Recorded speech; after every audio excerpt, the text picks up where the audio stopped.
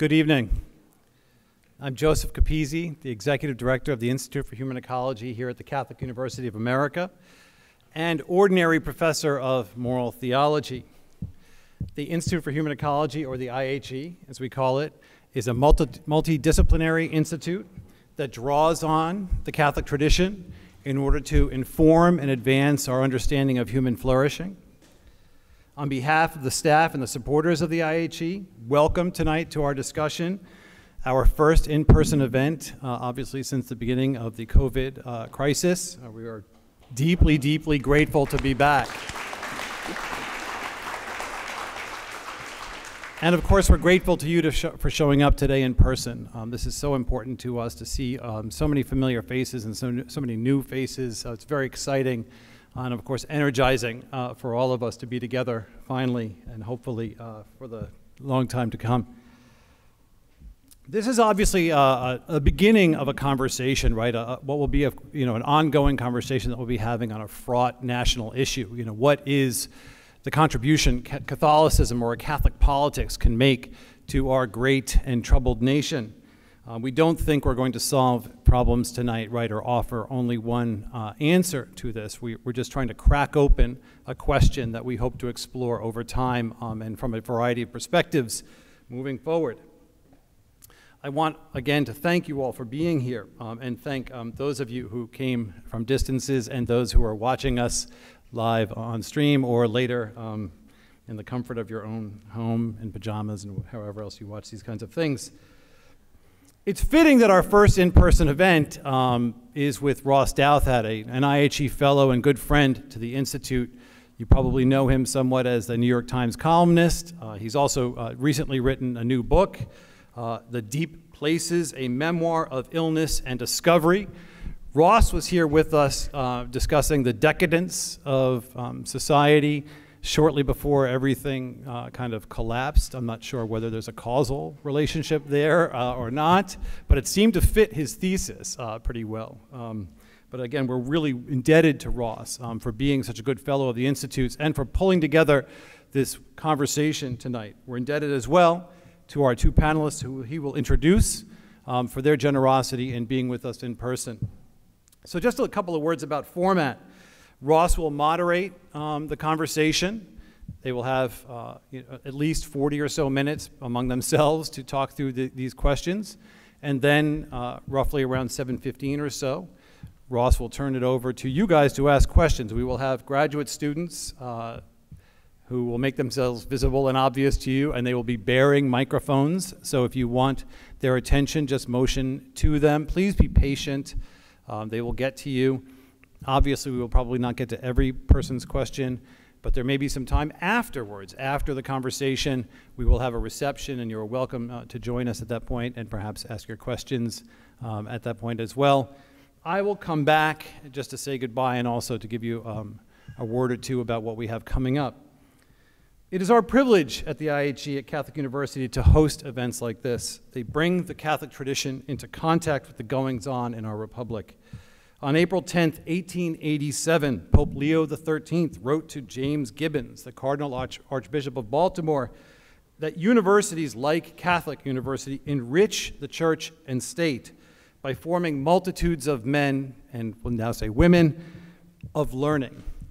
That is our business, to help form multitudes of men and women of learning who can serve our republic and serve our church. We are deeply humbled to be a small part of that, and hopefully tonight we can advance that goal somewhat. Thank you.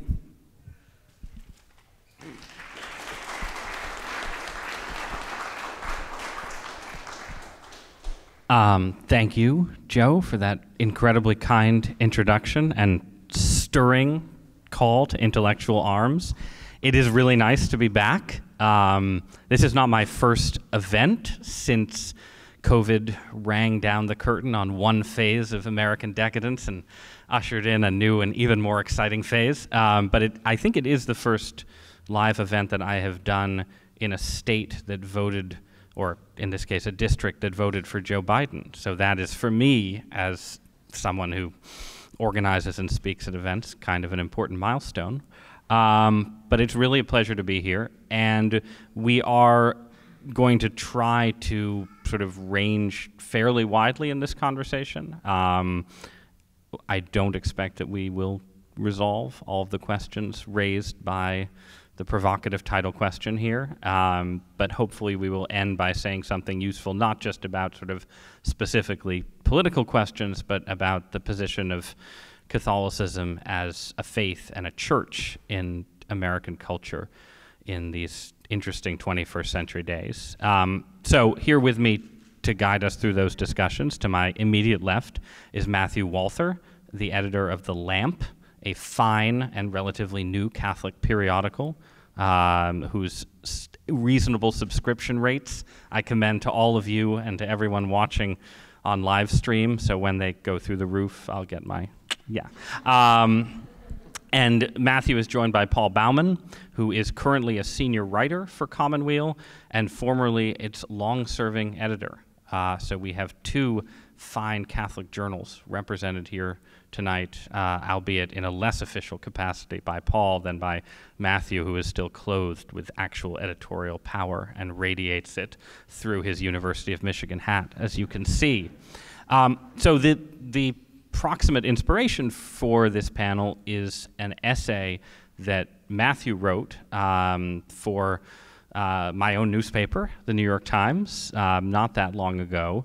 And I think the title of the piece was something like Why America Needs Catholicism, which obviously it does, but the specifics of the piece were mostly about Catholic politics as an alternative to the current polarization between right and left, Republicans and Democrats. So I'm going to ask Matthew to talk briefly about the themes of that piece, and then Paul, I think, has prepared some comments in response, and then it will turn into more of a free-flowing discussion, as we like to say, and then we'll bring you guys in. So, Matthew, I'm going to turn it over to you to start us off. Why does America need a Catholic politics?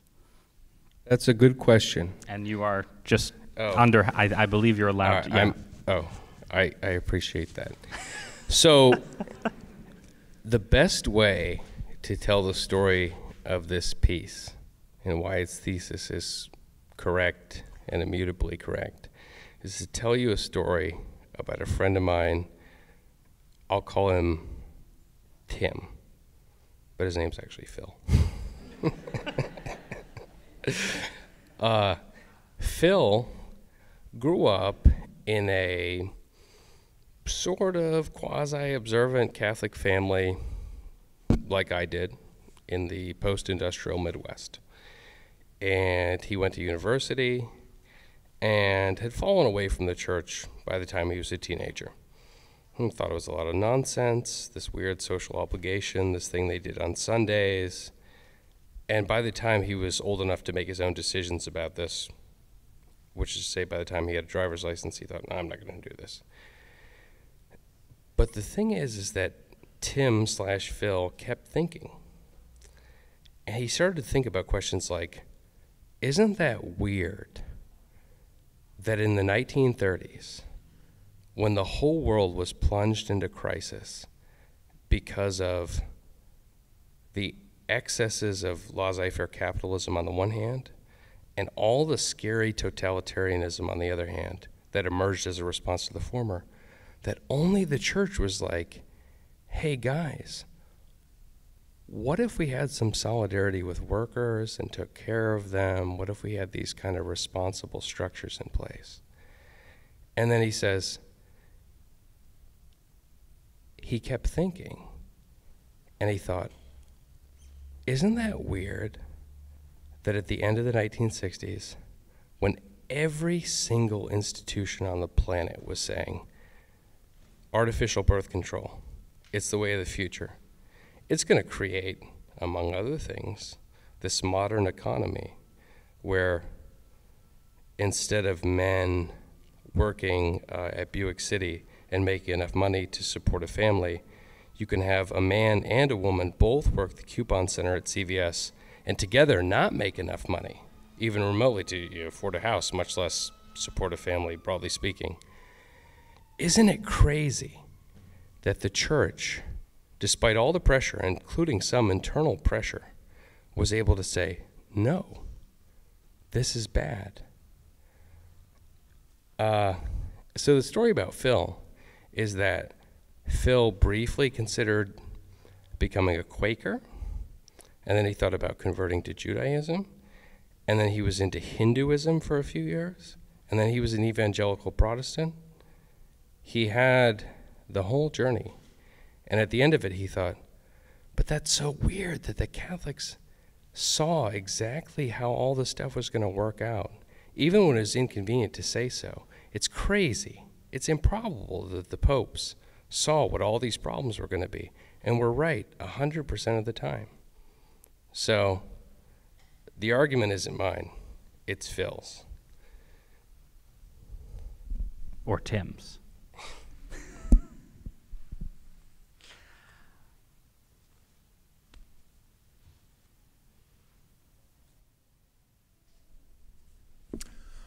Thank you, Ross. Thank you, Matthew. I'm going to use one of the prerogatives of senior citizens and read from my remarks because I'm old enough to be Ross and Matthew's father.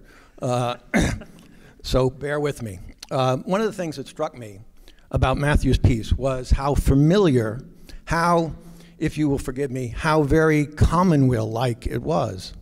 He urged readers to consider setting aside the standard ideological divisions of coalition politics in an attempt to apply the full range of the Church's social teaching to the problems of modern life. Now, where have I read that before? As it happens, nearly 100 years ago, in the very first issue of Commonweal, the editors expressed a similar aspiration in laying out the mission of the magazine. There is being promulgated a widely accepted theory of what civilization is and what it should be, which, if it proves successful, means the end of Christendom, so far as the expression or influence of Christian principles and ideas in the institutions of civilized life are concerned, they wrote. It is unquestionably a spiritual, moral, and patriotic duty for thinking people at least to make an effort to apply the conserving and regenerative forces of the fountainhead of Christian tradition to experience and culture, the fountainhead of Christian tradition, experience and culture to the problems that today all men of goodwill are seeking to solve. As opposed to the present confusing, and conflicting complex of private opinions and personal impressionisms mirrored in so many influential journals, the editors of Commonweal believe that nothing can do so much for the betterment, the happiness, and the peace of the American people as the influence of the enduring and tested principles of Catholic Christianity. So, Matthew, welcome to the Commonweal family. Naturally, I was sympathetic, if skeptical, of what Matthew was proposing. I found it challenging, but also a bit idealistic. As a writer and editor at Commonweal, I have been drilling this same hole and coming up all too often empty for more than 30 years. Don't get me wrong, it is an exploration well worth pursuing. Just don't expect to hit a gusher. For there is an essential conflict or abiding tension between Catholic principles of social and economic solidarity and American principles of liberty and individualism. And that tension, which has existed since the beginning of the Republic, has only grown stronger over the past 60 years. To put it bluntly, Catholicism has traditionally made room for a much more robust state than many Americans, often with good reason, are comfortable with. Catholic social teaching offers a comprehensive idea of the good and puts forth a vision of a harmonious social and political order. Liberalism eschews such comprehensive visions, is agnostic about the nature of the good, and accepts conflicts and competition as permanent, often beneficial features of society and politics. As Madison wrote, ambition must counteract ambition. At the present moment, we do not have access to a principle of authority that can arbitrate these conflicts. In that light, I would take issue with one of Matthew's central assertions. He argues that there exists, I quote, an enforced ideological bifurcation in our politics. A significant majority of Americans are moderate to progressive on economic questions, and more than half are socially conservative, he writes. There are good reasons to think that it is this unnamed coalition of anti-libertarians who hold the key to moving America beyond our current political and cultural stalemate. This, alas, does not ring true to me, either politically or culturally. In short, there's nothing forced about the ideological bifurcation Matthew describes. It seems to me it is more accurate to describe Americans as constituting a contentious coalition of libertarians, not anti-libertarians, in both their private and economic lives. Certainly, the resistance to COVID vaccines in the name of freedom and personal autonomy is a good example of the power of the notion that we are essentially isolates, completely free to choose our own path in life, ideally unencumbered by obligations to society as a whole. Catholicism, as I understand it, teaches that we are encumbered individuals with duties both to the past and the future. To think otherwise is a fantasy and an illusion. More than 20 years ago, the intellectual historian Mark Lilla wrote what I consider to be a paradigmatic analysis of contemporary politics for the New York Review of Books. The essay was titled "The Tale of Two Reactions." Most observers consider the cultural revolutions of the 1960s and the Reagan economic revolution of the 1980s to be antagonistic forces. In fact, Lilla argued, they are complementary, two sides of the same hyper-individualist American sense of self and society. Lilla elaborated on this thesis a bit in his recent book, The Once and Future Liberal, a critique of identity politics in the Democratic Party. Since the 1980s, successful politicians have been elected by people who could no longer quite see the point of arguing about the common good and engaging in politics to achieve it, he writes. The needs and desires of individuals are given near absolute priority over those of society. This subliminal revolution has done more to shape American politics in the past half century than any particular historical event, Lilla wrote. Catholicism is essentially a communal religion. When the ties of community are absent, as they are in too much of America, the ideas that the church teaches about our duties to one another have a very difficult time gaining purchase. As Matthew rightly notes, the prospect of a Catholic politics will remain dim in the absence of a thoughtful Catholic culture. That, at least, is a project Catholics of varying political allegiances can dedicate themselves to creating. To be clear, let me add one final note. In the past, the tension I described between Catholicism and American liberalism has often been a fruitful one. Think of the support Catholics gave to the New Deal, to the struggle against Nazi fascism and communism, to the civil rights movement. Think of how the American experience influenced the teaching of the church on church and state at Vatican II.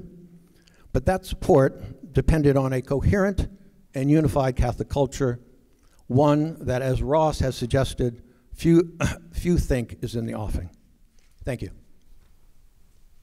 Thank you, Paul. So I have a lot of comments and thoughts off that, but I feel like I should just ask you, Matthew, to respond directly to the question of, is there an anti-libertarian center in American politics that could be actually grasped? Because Paul seems to think not. I mean... And you can lower your mask again. Although I didn't, so it's, oh, this is a... Okay. It's a, this is Homer that, also this is nods. that libertarianism. This is, yeah. You may if you wish. So my view would be that if you just look at the most basic level, right? Start with presidential elections, the thing to which everybody pays attention, even people who don't care about politics that much. And you look at what we would think of as the least significant thing of all, which is the rhetoric used in presidential elections. You look at George W. Bush, you look at Barack Obama, you look at Donald Trump, you look at Joe Biden. Something I wrote a couple years ago is that the guy who does the best job of articulating some kind of substantive vision of the common good. It has nothing to do, by the way, with whether he follows through on it. You know, none of them did. Spoiler alert.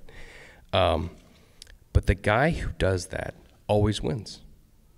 It has more predictive power than anything else. Which person does the best job of articulating this? And when you look out of the country as it exists today, you see people who are dealing with, especially in the part of the world where I came from, the ravages of a drug crisis that happened because of a libertarian attitude towards political economy. You're dealing with people who, for decades now, are dealing with the consequences of a libertarian-inflected understanding, not only of political economy, but of foreign relations. You know, this is why back in the day, Wayne and Genesee counties, where my family is from originally, used to have the highest per capita income in the world, and now they're not always very nice places.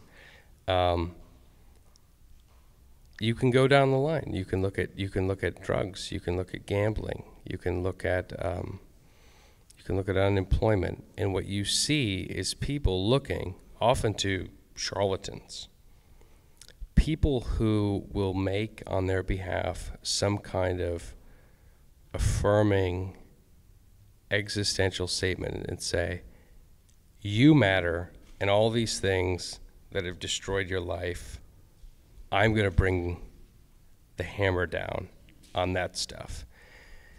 And that is what people are looking for. And I think to some extent talking about the virus is a distraction almost from the sort of major issues of the day, because it's an outlier and there are a lot of overlapping axes there that don't really line up with the rest of the problems. I think broadly speaking, what you see in American politics is people who are the victims of callousness, people who are tired of chaos, and they want some kind of wholesome order brought to bear on their lives.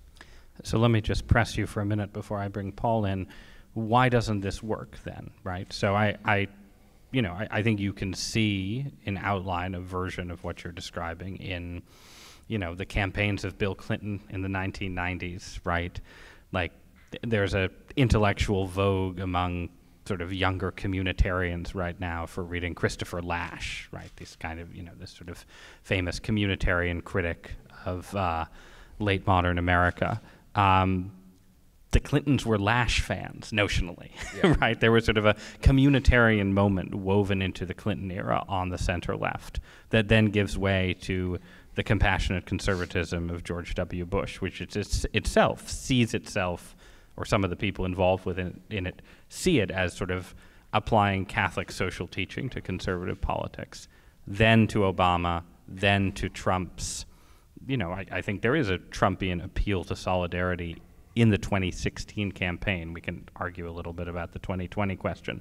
So, okay, there is a politics of solidarity that people find appealing. So what is preventing, what is the impediment to its instantiation as a governing ideology?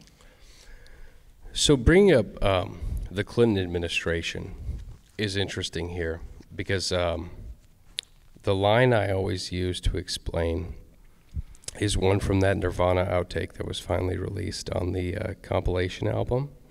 That's the right. line. That's what I go to. Yeah. Too. Yeah. No thought was put into this. And if you really want to understand why attempts at any kind of solidarity-based politics have failed in recent decades, it's that there was this technological revolution that was happening, and people were like, what do we do about this? I guess we don't let them have naked pictures of 8-year-olds on it. We don't know how we police this, but otherwise they can do exactly what they want.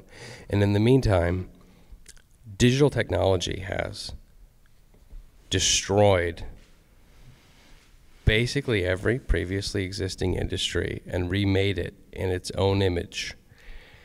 And nobody thought about this because they just thought, oh, this is that thing, my grandkids, they use it to play that Oregon Trail game. Isn't that cute? As long as we put some money into that, well, we'll save the Amazon River. I mean, this is the world I grew up in, going to public schools in the 1990s. And I think that the failure to think through the technological question is responsible in part for the reason that lots of people, including people I would say, acted in good faith, people with goodwill, didn't think this through. But this just brings me back to my point. Is there a more incisive critic of the sort of technocratic neoliberal paradigm than Pope Francis in Laudato Si and subsequent pieces of writing? And the answer is absolutely not. So once again, like Phil was saying, or Tim, it's amazing how they get it right every time.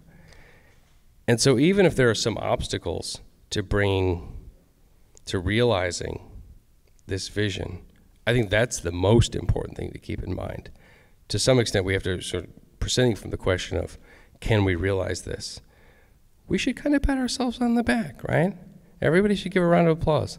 The popes write about everything. Every time, in the face of lots of uncertainty. Like, there are different positions you could take, and you could think some of these issues are prudential, but they go way out on a limb, and they're always right. It's incredible. Paul, are they always right? Thanks a bunch. Yes, I'm going to skate quickly, far away from the notion that the popes are always right. I think the popes are often right. I think that we can rehash very familiar territory, but we can see in the Second Vatican Council that the bishops, together with the Pope, decided that the Church and the magisterium had not always been right about some crucial issues, and it was time to change the Church's position on those things, such as church and state, the approach to Judaism, regard for Jews. We could go down that list. When it comes to whether there's, when it comes to the rhetoric of solidarity, I think it's true that successful politicians have used that, have appealed to that, Bush and Obama certainly. But it seems to me that the clue to how serious someone is about that notion of solidarity is what they're willing to ask Americans to do for it. And it seems to me that not many American presidents ask Americans to actually sacrifice. I mean, the last president who explicitly asked Americans to sacrifice might have been Jimmy Carter, and he ran out. Also a reader of Christopher Lasch. He was run out of town for that, and you can. I mean, we can go through. Reagan running up budget deficits, and George Bush telling people that when asked what should the American people do about going to war, go shopping. That was his answer. So I think there's not enough substance, and I think the reason there isn't enough substance to that is that the American public is skeptical of those appeals for some good reasons and some bad reasons. But I think until we get to a point where our politics can require from us responsibilities as well as rights, we're going to be stuck in this stalemate. So yeah, I want to get to that sort of deeper question about Catholicism and liberalism that's so much in very online conversations. But just to go back to you, Matthew, because it seems to me that one way to balance your observation about the politics of solidarity with Paul's analysis is to say there is this deep yearning for a politics of solidarity, but there is also an immediate sort of individualist impulse in America that puts a hard limit on what politicians can actually ask. And you can, setting aside even the sort of COVID restriction vaccine debates, just taking a couple issues that, you sort of gestured at, right? So one on the right and one on the left. There's lots of Americans who are, I would say, troubled by the place of pornography in our common life in the age of the internet. A national politician who announced that he wanted to actually ban pornography, I think would not find an immediate vocal constituency on his behalf outside of my weird corner of the New York Times op-ed page and maybe the Institute for Human Ecology, right? I mean, you know, I feel like I personally know a lot of Americans of multiple different classes who would say, yeah, there's, you know, kids see way too much porn way too early, but who would get their sort of, you know, anti-censorship hackles up the moment that you made a concrete proposal. And similarly, you know, to take the case of the environment, right, and Laudato Si, if you ask Americans in opinion polls how concerned they are about global warming, right, you get an immediate answer of, you know, I'm quite concerned and I wish we could do something about this. If the pollsters then go on to ask how much per month in lost income would you be willing to give up to combat climate change, or, you know, keep warming below 3 degrees, you know, whatever the threshold is, you end up with Americans being willing to give up maybe $100 a year, right? And so that seems to suggest that there is a kind of operational libertarianism beneath the surface of this kind of inchoate yearning for solidarity. Do you think that's right? Sorry. See, this is how I know that America's not like intractably libertarian, because I have this permission to take the thing off and I always forget. But I think that there is something to that. But to some extent, we have formed people to think about these questions in this sort of narrow, well, you know, how much is not, you know, on this scientific understanding, you know, melting the ice caps and destroying the world, how much is it worth to you? Is it worth as much as having the subscription to the thing that lets you watch all these CGI movies about dogs? You know, is it worth that much? Is it worth as much as the thing that lets you order a bunch of made-in-China plastic crap and have it show up at your doorstep in 36 hours? Is it worth that much? I just think that's the wrong way of thinking about it. And another thing that that Francis articulates so well is that when he talks about the environment, he talks about it in this sort of striking, poetic way, where we start thinking in a sort of pre-modern way that isn't, you know, well, what would it mean to get this graph down to 0, and instead it's talking about these sublime objects of creation that are valuable for their own sake. And if we started to think about it in that way, in a way that was visceral, in a way that was poetic, in a way that was tangible to a lot of people, if you asked, what would you do to make it so that America still, you know, above, you know, Kentucky or whatever, still has 4 real seasons? Or what would you do to make sure that we still have trees, or that we still have these lovely national parks? I think people would think about it a lot differently than if you asked them about money. But so for me, you know, that sort of narrow, sort of venal way of thinking about it is just a symptom of the kinds of appeals that we're making, rather than a flaw in my strategy to try to appeal to these other instincts that I think are actually very real. But then there's the question of the person making the appeal, right? Or in the case of a Catholic politics, the institution or the institution's ambassadors making the appeal, right? And one of the striking things that you did, Paul, in the response to Matthew's piece, and also a couple things I had written, was you looked at, you know, some of the comments, right, on Matthew's piece for the Times. I, of course, have never read a New York Times comment thread. I don't know what goes on in them, but you know, Paul brought a few pearls out, and you know, they were sort of as you would expect, right? A sort of, you know, a mix of references to the Catholic sex abuse scandals, sort of old-style liberal critiques of, you know, Catholic support for reactionary regimes in the past, and you know, I think one reading you could make of the kind of analysis here, right, is that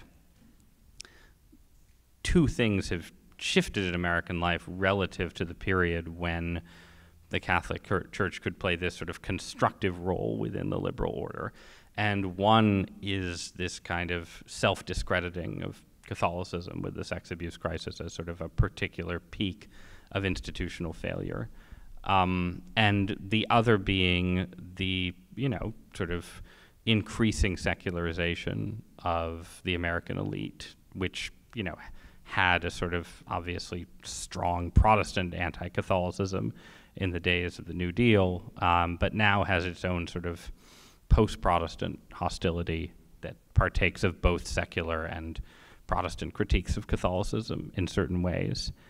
And if that's the case, this is the open-ended question, what do you do about that, right? I mean, can there be a Catholic politics in an environment where the Church's spokesmen are seen as sort of pre-discredited by recent scandals? Or alternatively, can there be a Catholic politics? I think one possible answer, Matthew, that you could give to people asking, well, why haven't we had this politics of solidarity, is that the elites don't want us to, right? But if that's the case, then what is the strategy of action for replacing the elite? So that's, yeah, sort of open-ended. Are we trying to replace an elite? Are we trying to sort of restore the credibility of an institution that has lost it? Are we trying to do both? What's your view? Either of you.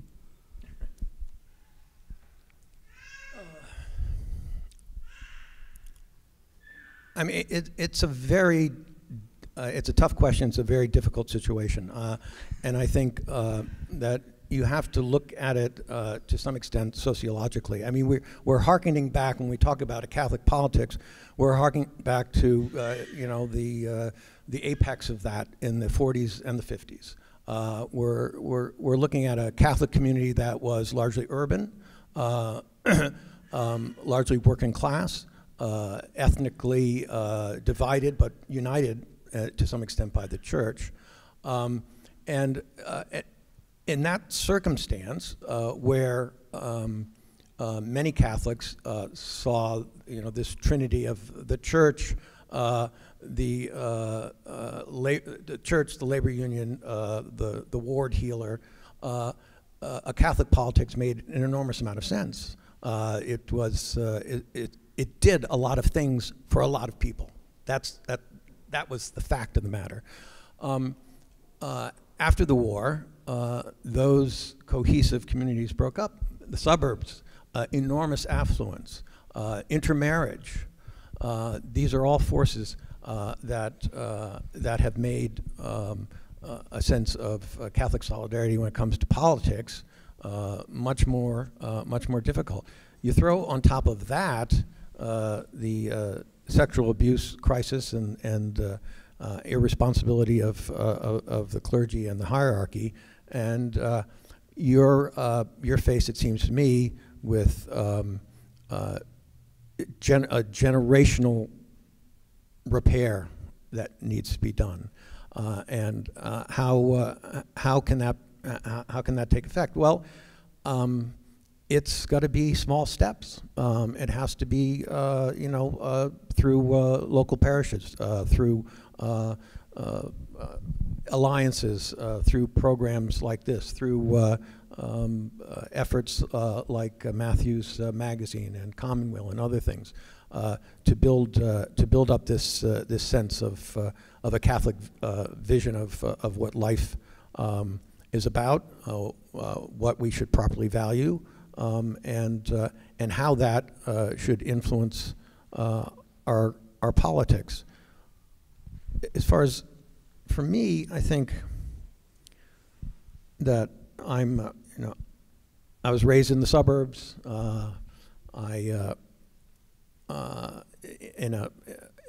It's still when there was still this remnant of a Catholic identity. I think that what I have middle class. I've always had middle class aspirations and ambitions. I come from generations of middle class strivers. I am grateful for what America has done for immigrants and for Catholics, and I share, those economic ambitions and some of that economic individualism. But what I find so helpful about the church, about Catholicism, is that when I'm tempted to ignore the poor, to envy the successful and the wealthy, I can go to church and I can be reminded of what my real responsibilities are, and I think that will. I think that should have some traction, should have some staying power. What about the obligations of Catholic politicians, right? Because it seems like, in terms of sort of the church itself and its sort of role as both an institutional force and as sort of an institution whose bishops are credible moral spokesmen. Yes, you have to have a sort of ground up kind of attitude, I think, towards what is possible there. But the President of the United States is a Roman Catholic. The Speaker of the House is a Roman Catholic. The other political party currently out of power has not been led by a Roman Catholic, but could plausibly nominate one for president. And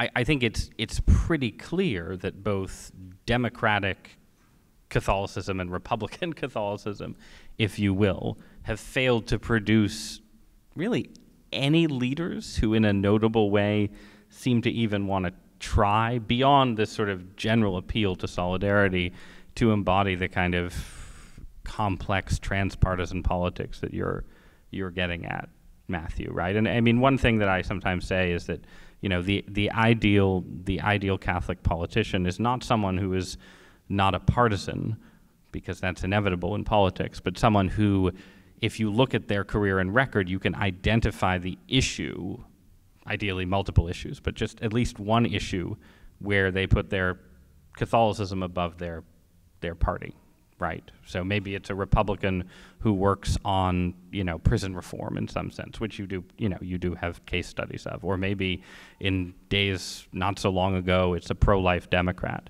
But that, I mean, it seems like there has to be some role for Catholic statesmanship that seems to be the case to me, but it doesn't seem to be the case to any actual politicians.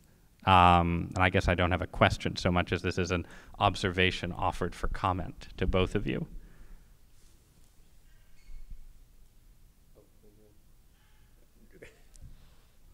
Who's your favorite politician, Matthew Walther? The best living politician is John Bel Edwards, the governor of Louisiana, who I think actually does exhibit pretty much what you described, those tendencies. And I think that there's a broader lesson here, although kind of a gloomy one, which is that there are a lot of state-level politicians who I think are, pretty good. This is actually one of the things you realize when you live out in the provinces like I do. If you live in Washington D.C., what is a state rep? If you live in rural Southwest Michigan like I do, your state rep is this guy who's at the coffee shop once a week, and he knows your name, and he goes and talks to you, and he's like, you know what? This legalizing marijuana thing, even though I go on these trips paid for by the Acton Institute, it's pretty bad. It's going to make some money, but it's going to hurt a lot of people. I talked with you. I think that's bad. And if you want to look at models of Catholic statesmanship in the United States, for good or ill, where you're most likely to find it is at the level of fairly unknown state reps or state senators. These guys who just kind of plowing their lonely field, doing the right thing. And, the best example of this is what you could say, I'm going to speak directly to the youth here, the young people. I'm going to use some of your lingo. You could call the Chad state rep versus the virgin GOP congressman. The Chad state rep is like this guy who wild animals run into his office and he shoots them if they get near his crucifix. And he votes totally to ban abortion like every other week. And he gets shot down by some court he's never heard of halfway around the world. And you could talk to him for 5 seconds and he'd be like, charging people 30% interest on a loan? Hell no. And he'd eliminate payday lenders. Or you could convince this guy of anything. You're like, did you know, sir, that the people who invented OxyContin now invest in medical marijuana? He'd be like, oh, hell no. And then you have the federal GOP guys who are like, yeah, weed's good, it makes money. Yeah, well, I want to go to this party later, so I don't want to be one of these embarrassing people who thinks that abortion is really important. So I'll figure out a way not to be there when I have to vote on this, or I'll vote for it reluctantly, or I'll water down the bill.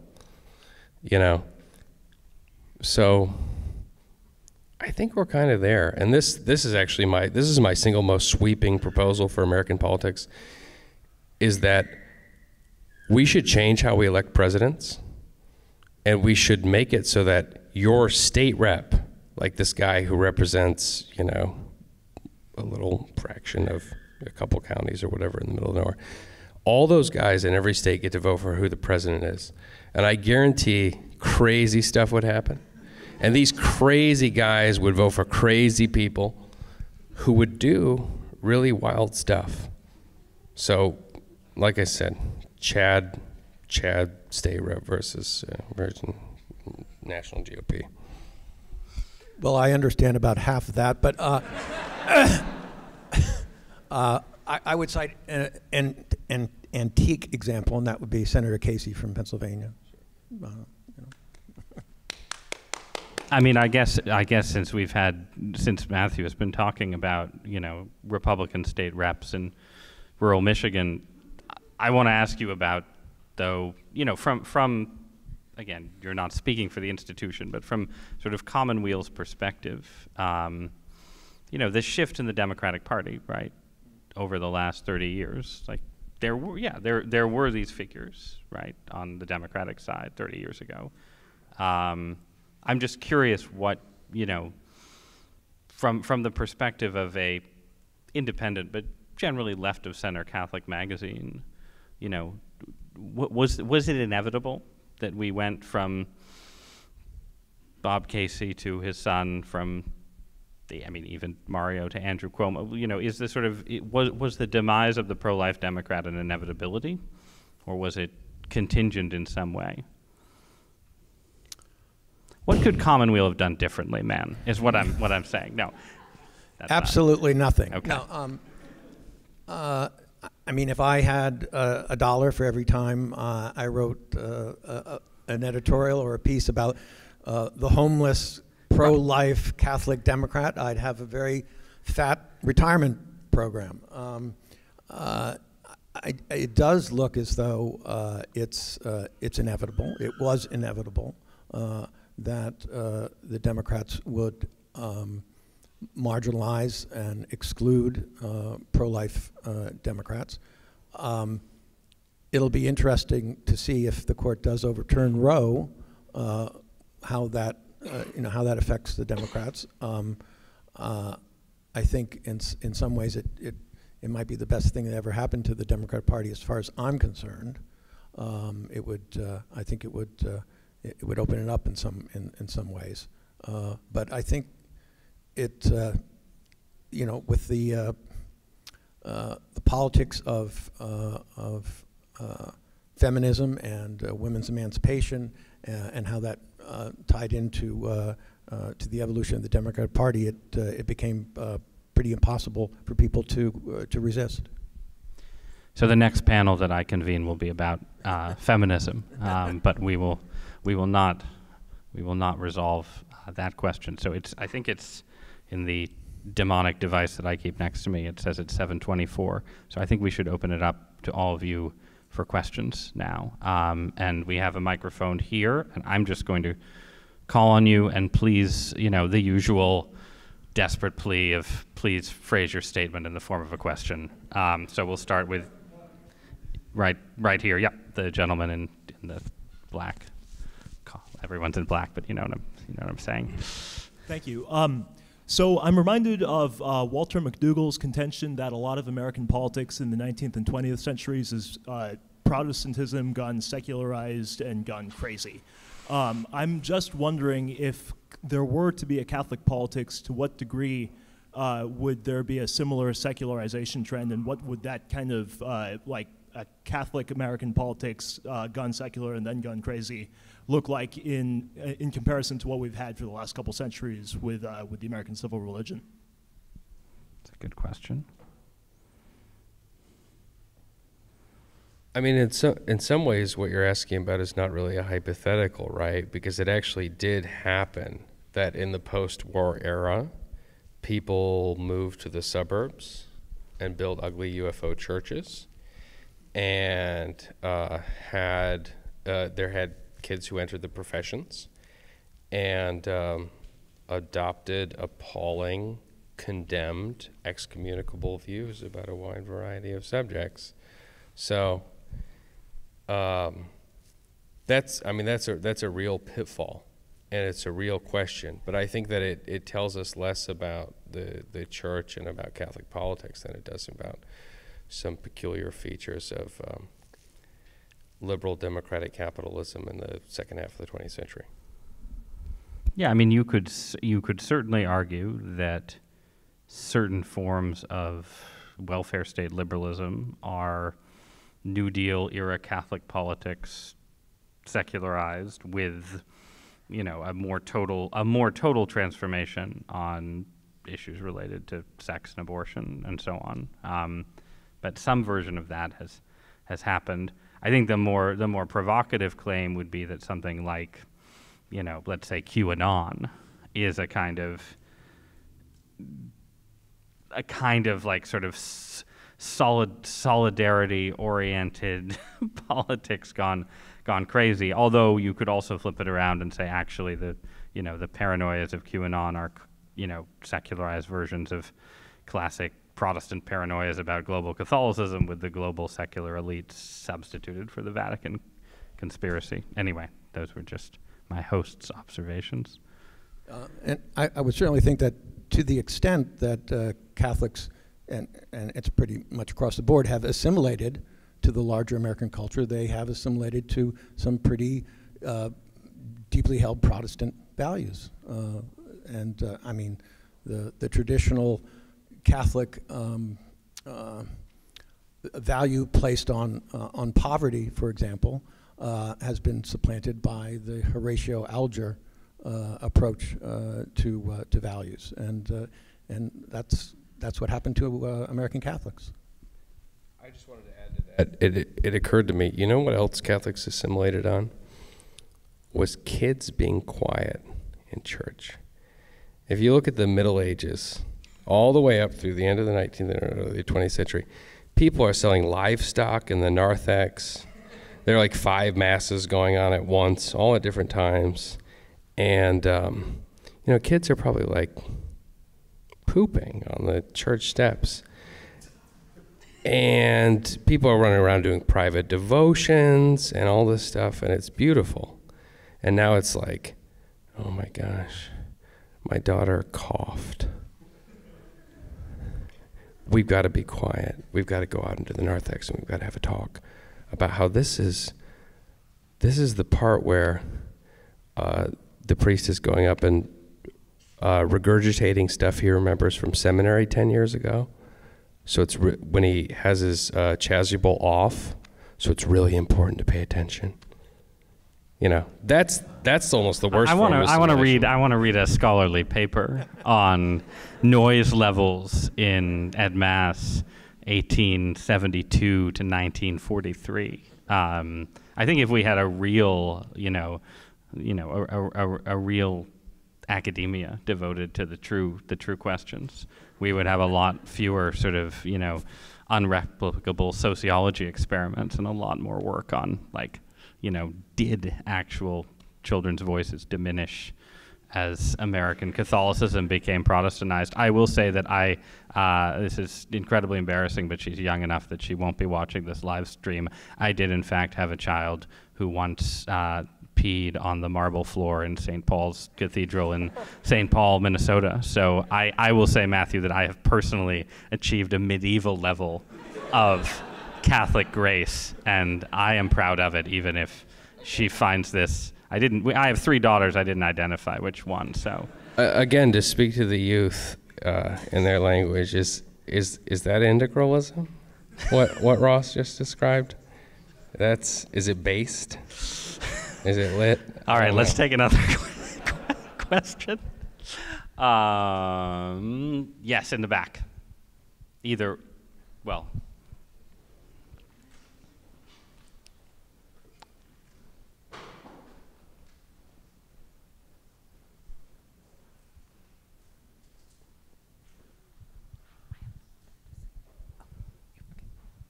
Okay, hello. Hello. My question is largely around the somewhat contentious view that there is an anti-libertarian center waiting to emerge in America, and I think that there is some kind of Catholic majority that could take the reins. I think we live in a democracy, albeit an imperfect one, but majority opinion still holds great sway. So does America have to become Catholic spiritually? Do we need a Catholic evangelical mission to achieve Catholic politics in America? Matthew. So, in a way, that's kind of what my piece was about, which is that the fact that there is this majority, or at least a plurality, that you could even argue has basically decided every modern presidential election, which is this kind of loose, not always exactly identical coalition of people who are economically moderate to progressive and on, at least by the standards of whatever the issue of the day is, socially conservative. The fact that this is out there and it's basically enough to tip the scales in favor of whatever candidate, that's just a truism, like sociologically. And so, as far as Catholic politics, the thing about it is that something that I found very striking is that since Paul VI, a lot of social encyclicals, and this continues up to today with Pope Francis, is that they're addressed to not to the faithful, but to all men, or I think Francis is all men and women of goodwill. And in a way, what this illustrates beautifully is that a lot of this stuff is just knowable by the light of reason alone. You don't, in fact, have to have gone to Thomas Aquinas College and had your head stuffed with Aristotle and stuff to realize that charging 30% interest on a loan is bad, or to know that families shouldn't go into debt to pay for a surgery, or to know that murdering babies is bad, and so on. So it's not about necessarily transformation in the sense of we have to evangelize tomorrow, otherwise we're never going to make things any better. There are separate and ultimately far more important prerogatives there, because we want people to go to heaven, but that's a separate question. And to answer ultimately, no, I don't think that to bring people around to some of these broad themes, I think a lot of people are already there. If I understand the question correctly, I think of the Catholic politics and larger liberal democracy, I think of it more as a dialectic. I continue to think that the church can learn from liberal democracy, and certainly that liberal democracy has much to learn from the church. For example, I think that a simple moral condemnation of the modern economy, which many Catholics on both the right and the left indulge in, isn't quite adequate. You need to understand how the modern economy works and why it works, and there are things there that I think the Catholic critique of the economy can pick up on, and that also goes sort of towards the attitude towards the vast majority of assimilated Catholics, because I'm always reminded. I think the church can listen to them as well. I'm reminded of the famous line from Newman, who was asked what he made of the laity, and he said the church would look foolish without them, and I think that remains to be the case. Yeah, I mean, just to pick up on that last point, I generally read Matthew's op-ed with great pleasure, as I do everything that he publishes in my parish newspaper, until he reached the point where he said that a commonsensical Catholic politics would obviously endorse the movement described as degrowth, which is a completely insane vision of political economy that makes no sense whatsoever. And so, it just goes to show that even two gentlemen united in their commitment to a Catholic politics can have disagreements over Matthew's fanciful ideas. The degrowth thing is really funny. I got a little bit of shade on this, and not just from Ross. But here's my thing is, what does more economic growth look like? Does it mean twice as many packages made by slaves in China arrive at your house in 12 hours instead of 24 hours? Does it mean that moms who are forced to go to the CVS coupon center and say, have you signed up for the coupons? Do that for twice as long and spend half as much time with their kids? This is the thing about economic growth, and even radical libertarian economists like Hayek had questions about this, like what are the limits of growth and how far does it go, and should it be the same rate every year, and what can we expect?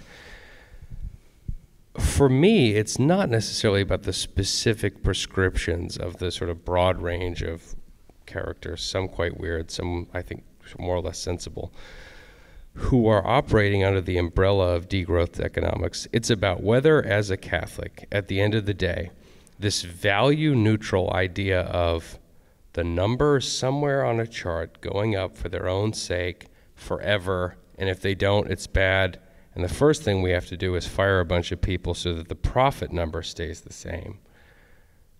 Yeah, I mean, economic growth is bad, it's false and damnable when they should be rejected. We have to have some other metric for what it means to have a stable and humane and decent society. Right, and that metric is the number of colonies on the planet Mars, which require, anyway, we could go back and forth, but let's go back to you over there.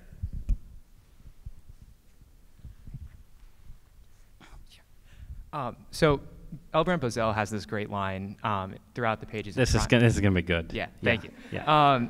But he talks about hyphenated Catholicism, right? That there's a reason that American Catholics are always referred to as American Catholics and not Catholic Americans. And I think a lot of the questions have been kind of around this theme of well, what's the problem with assimilated Catholics? And so my question is, to what extent does there need to be a revival within the church of, say, a more identity-focused Catholicism for there to be a revival of Catholic politics writ large in this nation?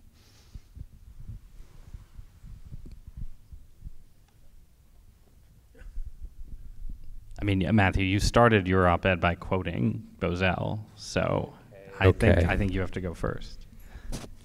You know, actually, the thing I'll mention about that is I did quote that bit from Bozell.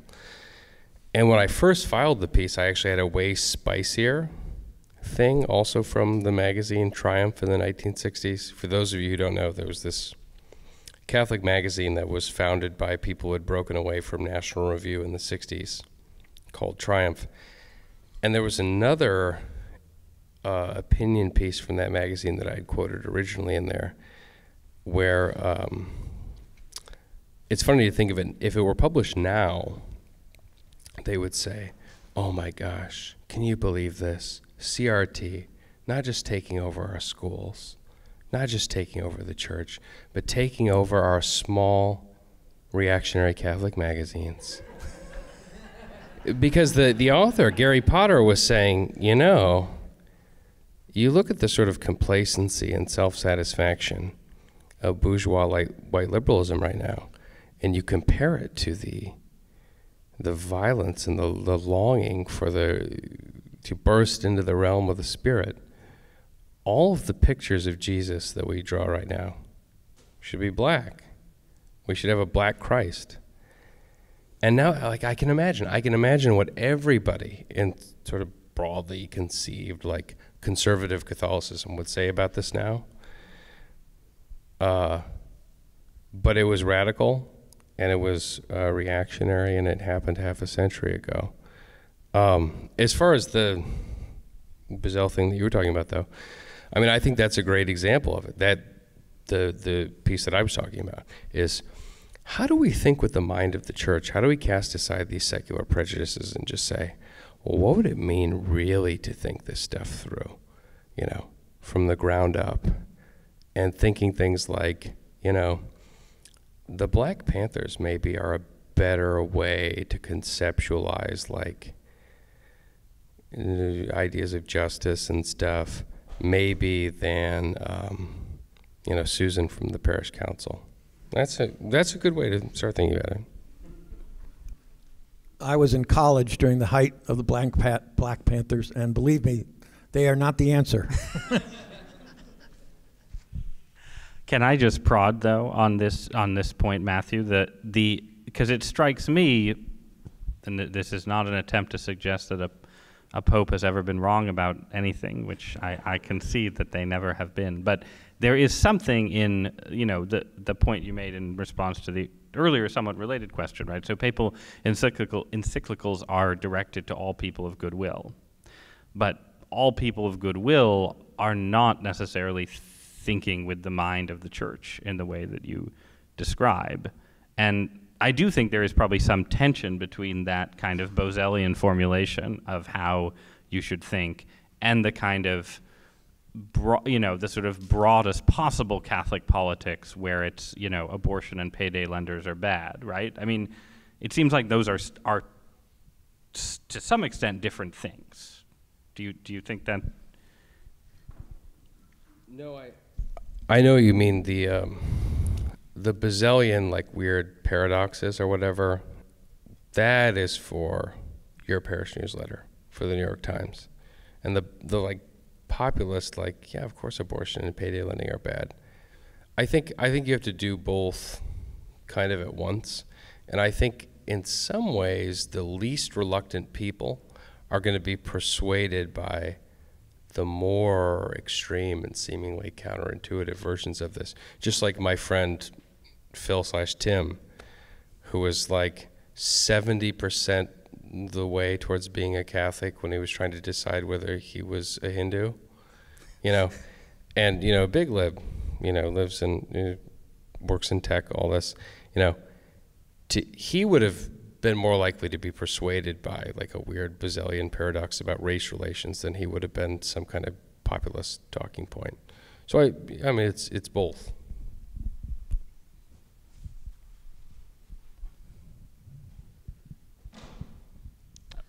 Thank you for your conversation. I guess I'm asking a question. Sorry. Yes. No, that's great. We'll get everybody. So I wondered, Paul, if you could elaborate a little on your comment that Roe v. Wade, if it was overturned, that might open things up for the Democratic Party? Do you mean open up avenues for Catholic statesmanship, or do you mean something else by that, I guess? And you envision that occurring more than a digging in of the heels in the position that is pro-choice? And I guess the others could comment on that, but it's really a question for Paul. Mm-hmm. I think that what I mean by that is I think the conversation about abortion is so polarized and conducted from such fixed positions that handing it back to the states, where people will have to make these arguments, will bring about, one hopes, a more nuanced appreciation of what really is at stake. And I also think that if there's different abortion practices around the country, they will critique one another. And I think that would be a good thing for democracy.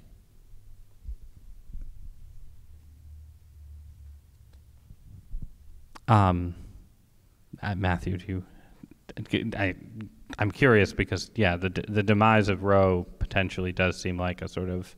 Well, that's what I was talking about, right, when I talked about Chad state reps, right? Imagine when those guys create the abortion laws. But no, I mean, I basically agree with Paul there that, and I might even go further and say, although maybe the sphere in which, in an immediate sense, this applies is kind of narrow, I know lots of people, tens of them, who say, yeah, I would vote for Bernie Sanders if it weren't for the fact that he thinks that infanticide is not only permissible but salutary. I mean, I don't think this is a negligible question, right? I don't know if we do shows of hands things here, but I would imagine that most well-formed, smart, attractive people who would attend events like this one realize that probably to vote for a politician who believes these things and announces his intention of not just tolerating the present state of affairs, but codifying the right to infanticide, the right to chop up babies like meat and sell them, is probably a mortal sin. I mean, like, we can be cute about it, but there's no reason to, and especially you guys are too smart for that.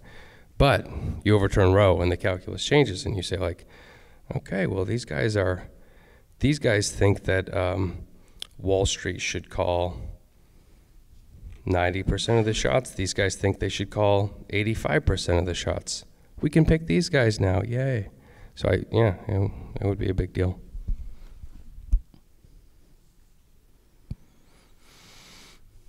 Hi, just you guys have talked about both about sort of bottoms up change, and Ross, you alluded to the politicians currently in place are Catholic. And as much as I agree with the urgency of the lay people to really, be the tidal wave that changes things, do you believe that there's also a role for the clergy also to set the bar as to what does Catholic politics look like, especially when you have, whether it is Chad with the Acton Institute smoking weed or the President of the United States in office, basically, yeah. Yeah, what's the role of the clergy? We know the role of the laity is to prevent the clergy from looking silly. But what about the political role of the clergy themselves?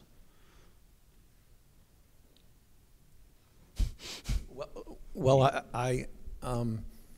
for example, when it comes to President Biden, I think it's perfectly legitimate for the clergy and for the hierarchy to say that his explanation of his position is wildly inadequate, and I think they should say it as frequently as they want. And I do think that this is historically in a hierarchical church. We we have a way of going about arguing about things that reflects that, and I think that it's one of the what, for me anyway, as an alternative, as a different way of looking at the world and social life, it's most welcome that there is a clergy hierarchy responsible for guarding the tradition and the teachings. Should the hierarchy encourage the formation of a Catholic third party in the state of Texas? Or Virginia, but Texas seems more promising. Yes. And I don't want to plug, we've already plugged 2 fine magazines tonight, but a couple of years ago I read a biography of the founder of another magazine, First Things, Father Richard John Newhouse, a wonderful, wonderful man.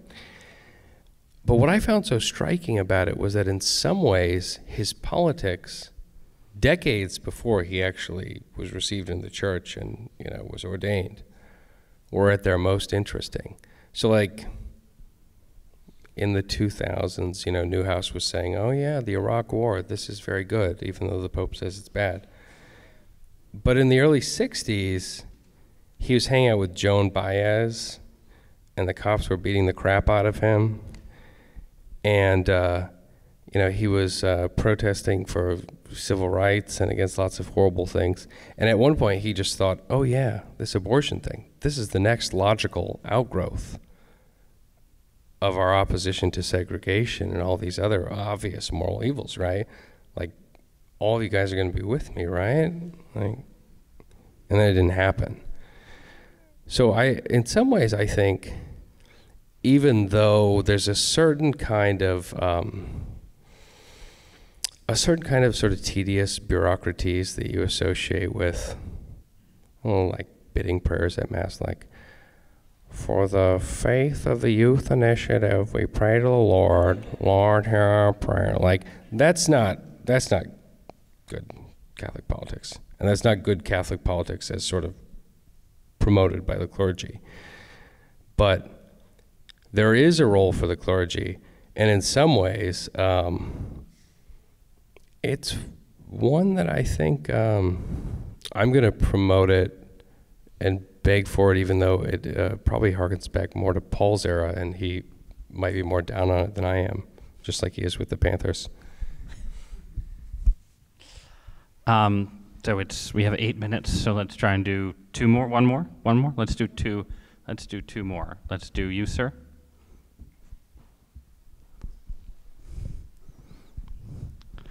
Sporting an excellent and event-appropriate mustache for the. Thank you. Yeah. I grew it myself. Yeah. Matthew, I've been a fan of your work for a while. I really want to buy what you're selling about the socially conservative, economically liberal voter, because I'm pro-life. I like Medicare for all. But it seems from reading the history of America, you have the Populist Party, which gets co-opted by the Democrats and is nullified of all its policies that made it popular in the first place. You got the Civil Rights Movement, which was animated by a strong socialist element, that gets co-opted. Then you have the pro-life movement. Same thing happens with the Republicans. So what is it to say that the same thing won't happen with another nascent popular movement? I guess let's take an example. Let's call it, I guess, the American Solidarity Party. Well, Matthew has actually accepted the American Solidarity Party's nomination I for was president. Say, so he is unable. He's unable to comment on its political prospects. Yeah.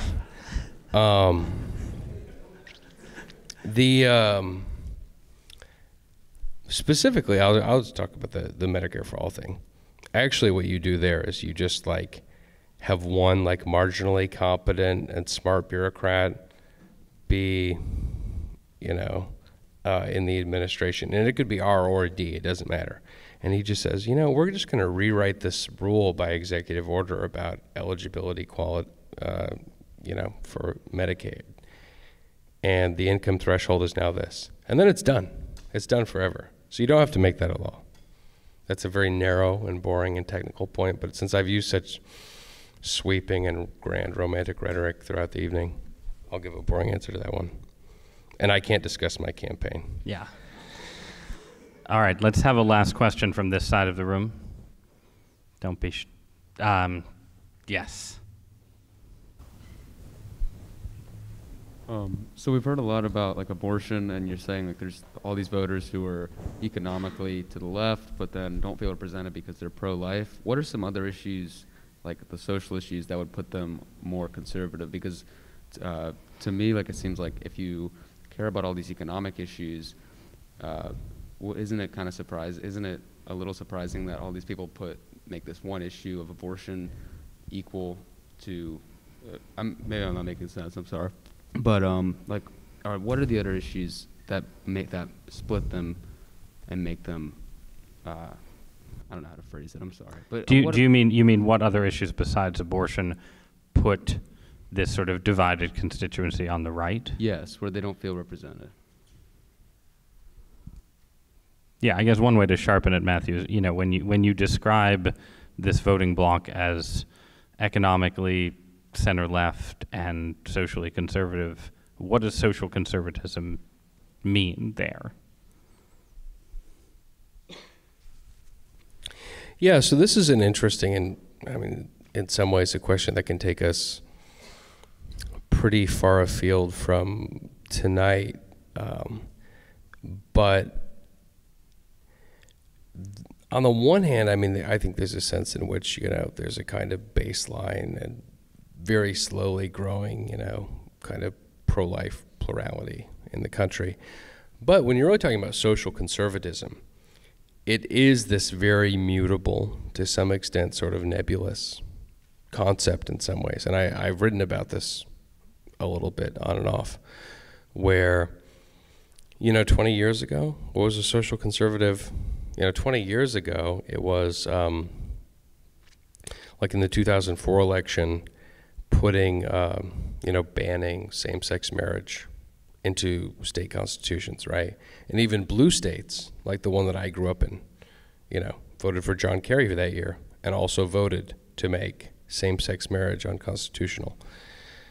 Nowadays, I think there are a lot of people who would probably be coded as, socially conservative, who aren't up in arms about like, oh, how are we going to overturn Obergefell?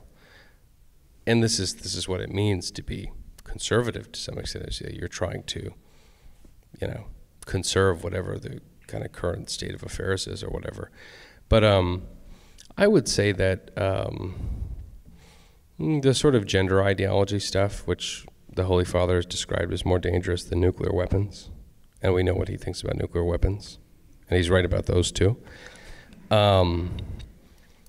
That seems like a big issue. On the other hand, and just to play devil's advocate against myself, I do think that there's also a sense in which things that could be coded as socially conservative are maybe at odds with this general picture that I'm describing, right?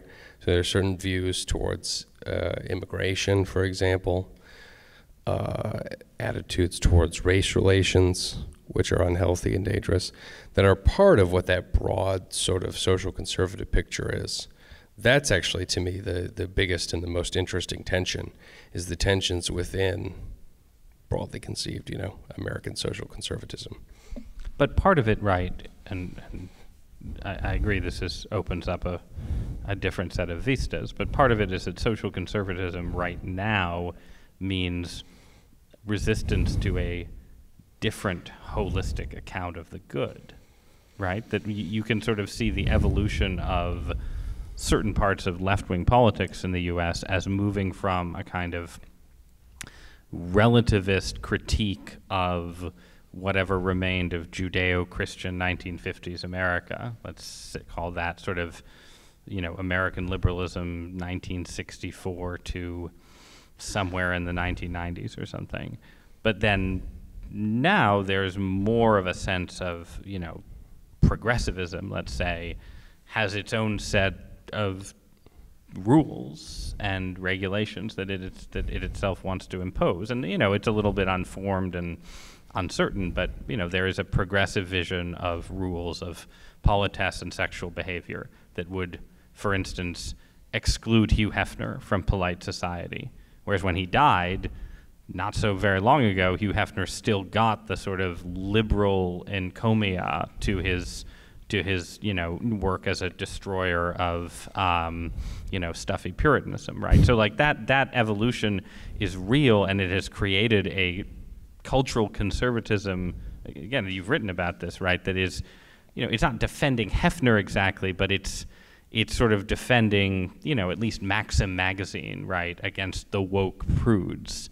And that seems to me to present a particular challenge for Catholicism, because a Catholic culture is saying basically, well, the woke are right about Hefner, right? They're certainly right about Harvey Weinstein, but their holistic vision of the good is faulty in these ways. And here we are over here with our other holistic vision of the good that you guys rejected 40 years ago.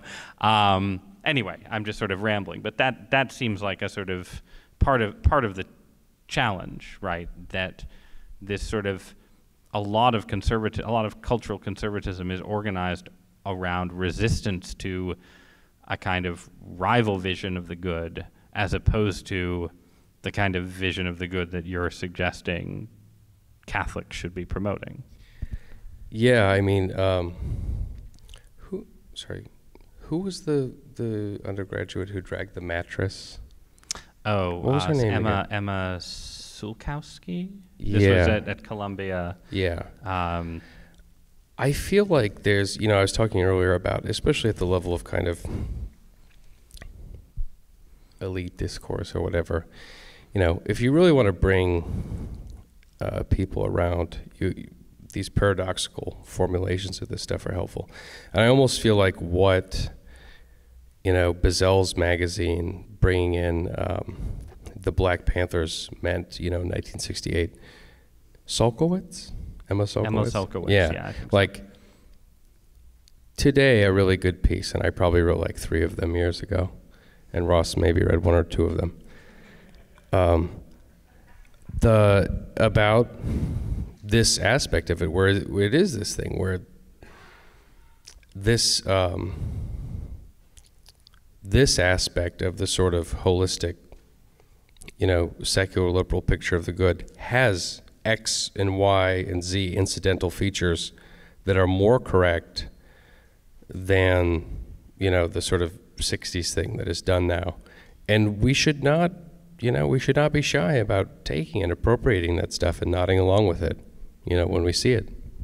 The Catholic appropriation of Me Too is therefore, yeah. But cultural appropriation is problematic, so you have to be careful. Paul, do you have a last word for us? Oh, okay. I think it's useful, yes, to talk about the protean and changeable nature of politics. And one of my favorite examples of that is that when Robert Hoyt started the National Catholic Reporter, he wanted to recruit 2 columnists, one conservative, one liberal. He recruited Gary Wills as the conservative and John Leo as the liberal. As you all know, Gary Wills eventually migrated all the way to the left. John Leo migrated all the way to the right. It seems to me that Gary Wills moved to the left because of his conservative principles, and John Leo moved to the right because of his liberal principles. So it's good to be reminded that this is a pretty fluid situation. And on that note, I think we have definitely fulfilled the initial promise of not resolving the issues raised by our provocative title, but I want to thank you all so much for listening, even so.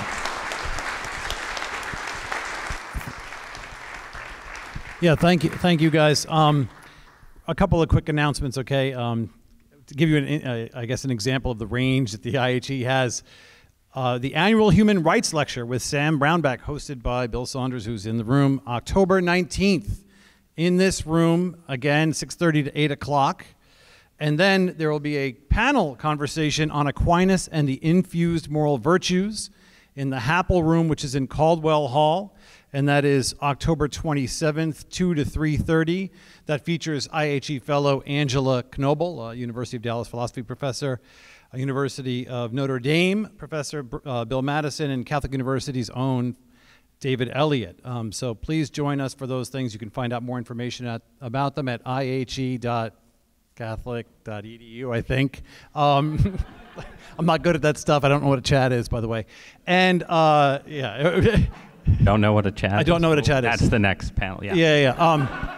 But actually, I feel good about it, to be honest with you. So the Chad host versus the... Anyway, right. sorry. Well, anyway. Again, I feel good about it. Thank you, Ross. Thank you, Matthew. Thank you, Paul, very much. And, of course, thank all of you for joining us this evening. Join us for the reception.